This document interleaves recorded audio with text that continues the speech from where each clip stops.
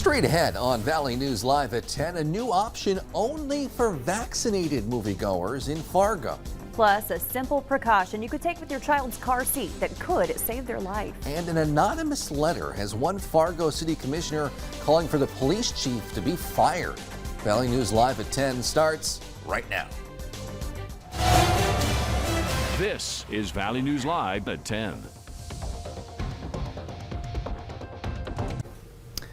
Good evening, everyone. It's a cold one out there tonight. Looking for moondogs in the air. They look pretty, but we are heading into a deep freeze. Here with the first look at the forecast is Chief Meteorologist Hutch Johnson. Hutch?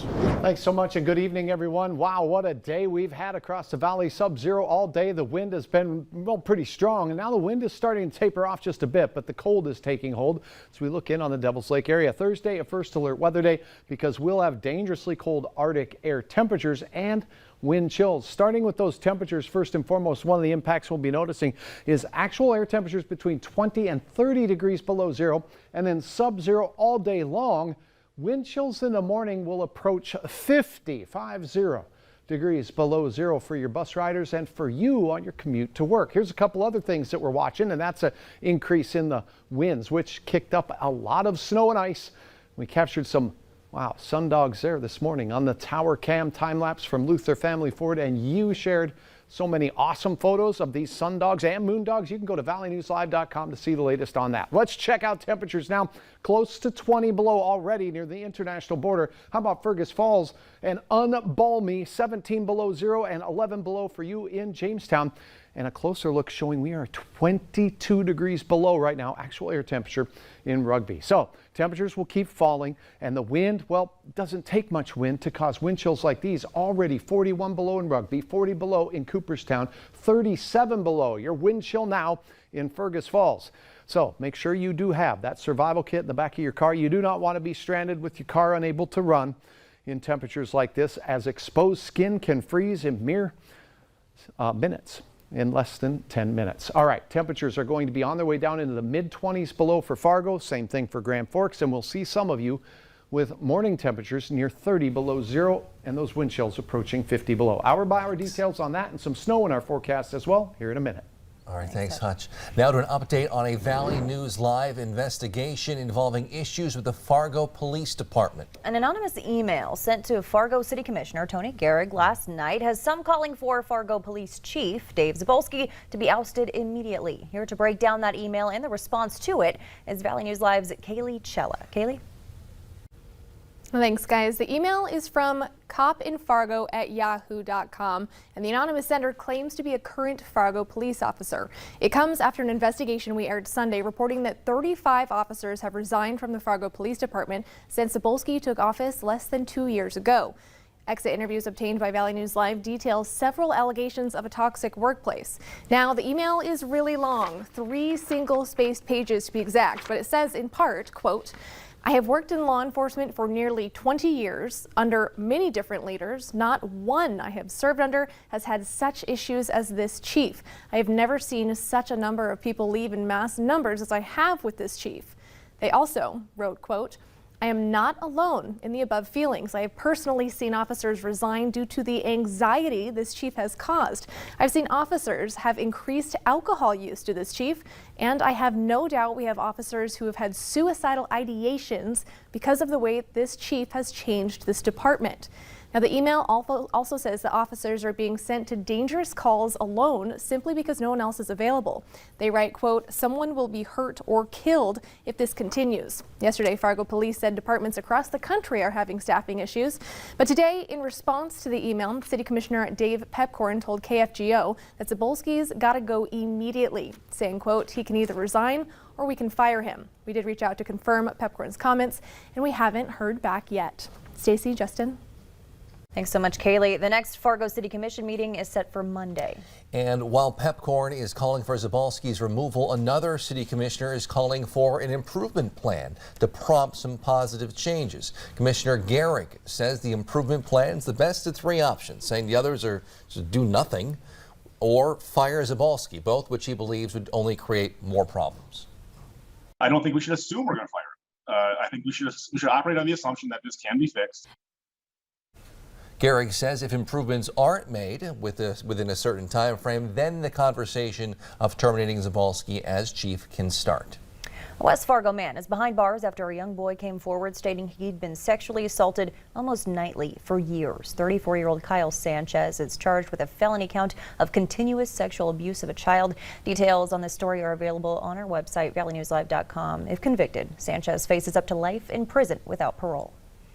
New for you tonight at 10, Fergus Falls fire crews rescued 5 people from an apartment fire. 3 of them had to be taken to the hospital. The owner of the apartment says residents have been put up for the night in a hotel, though it could be even longer until they can return. Police told us they don't know the full extent of the damage or what caused the fire.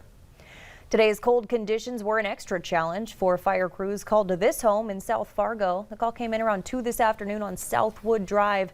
Authorities say the damage was mostly contained to the garage, but we're told the family is staying at a neighbor's while they survey the damage. The cause there also still under investigation. A paraeducator from Kennedy Elementary School in Fargo was hit by a car this afternoon while helping students cross the street after school. Fargo PD says the para told officers she noticed a driver on their cell phone and instructed them to put the phone away while driving. The driver then not only made contact with her, but nudged the car forward multiple times. According to the school district, the victim's husband tells us his wife is in pain and says the knee that was hit was just surgically replaced a few years ago. The driver was cited with distracted driving and a report for simple assault was filed.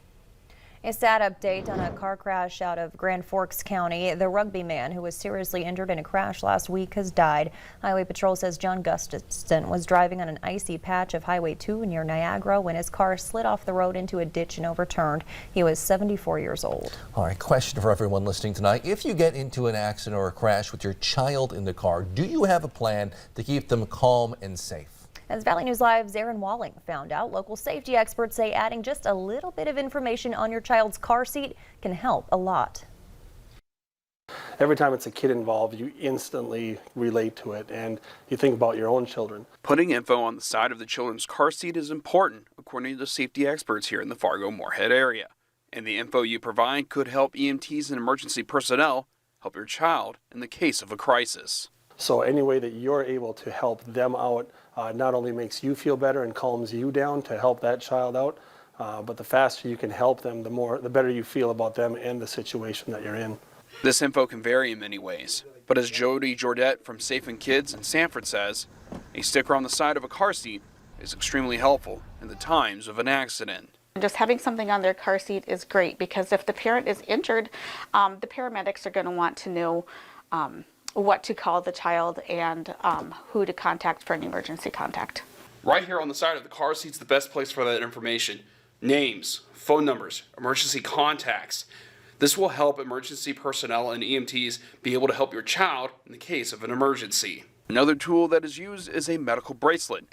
Info to have ready available could be name, guardian names and numbers, or food or medication allergies. Definitely the child's first name and maybe an emergency contact with that person's phone numbers is kind of the basics. You can get more detailed than that, but just those 2 things alone would be helpful. In Fargo, Aaron Walling, Valley News Live.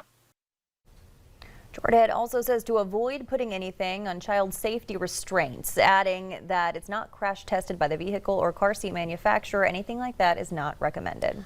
Tonight, support continues to pour in for a 24-year-old Minnesota man months after being diagnosed with a serious case of West Nile virus. The deadly virus left Dryden Thompson on a ventilator and unresponsive.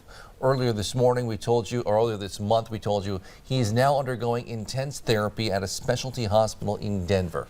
However, a paralyzed vocal cord has his voice dimmed a bit, more of a whisper. You can support Dryden next Tuesday, January 25th at the Gardens at War Road on the benefit game for Dryden. Rosso is taking on rival Warren. A number of raffle items will benefit Dryden on his road to recovery. West Acres Cinema will soon offer vaccine-required movies. Showtimes marked on their website and app as these special showings. Those who sign up for the vaccine-only shows will be asked to provide proof of vaccination, your physical vaccine card, or a photo of it. Both work. Still ahead, we'll show you where all the snow we've seen lately actually goes. But next, we're talking about some cold temperatures that you sent so many awesome photos in a circumzenithal arc up above the halo, above the sun dogs and moon dogs. That's right. Many of you asked, is this possible? Yep, there they are in a moon. Helps when that moon is bright and near full. Wow, average snowfall, well, we're not doing too bad for this time of the year. Above average Fargo and Grand Forks. Your forecast includes a few more flakes and bitter cold air. Details next.